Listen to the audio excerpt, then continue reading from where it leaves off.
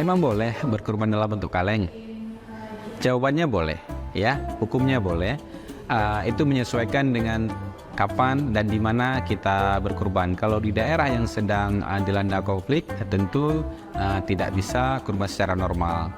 Dan kalau kita merujuk kepada Fatwa MUI nomor 37 tahun 2019, ada dua pelajaran penting di sana. Yang pertama sekali, daging kurban itu bisa ditunda penyalurannya, pembagiannya kepada masyarakat.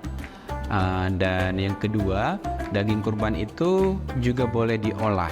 Misalnya dimasak dulu, dijadikan renang atau dijadikan kornet atau masakan lainnya seperti si rebus atau si belangong. Nanti dikalengkan baru didistribusikan kepada masyarakat, itu boleh. Selama tujuan dari yang kita lakukan itu untuk menambah nilai manfaat dari kurban itu sendiri.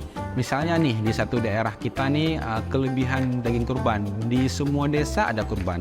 Maka sebaiknya daging kurban itu kita bagikan ke daerah-daerah yang tidak ada kurban, di daerah pelosok atau di daerah yang sedang bencana. Nah, untuk membuat daging kurban itu bisa dipakai, tidak busuk, maka itu perlu diawetkan ataupun diolah dalam bentuk lain seperti dikalengkan tadi. Dan kita bisa menyalurkan ke daerah-daerah yang konflik, seperti contohnya di Gaza saat ini. Insya Allah Global SR Relief tahun 2024 ini akan melaksanakan pendistribusian daging kurban secara kaleng nanti di Gaza, di Palestina, ya.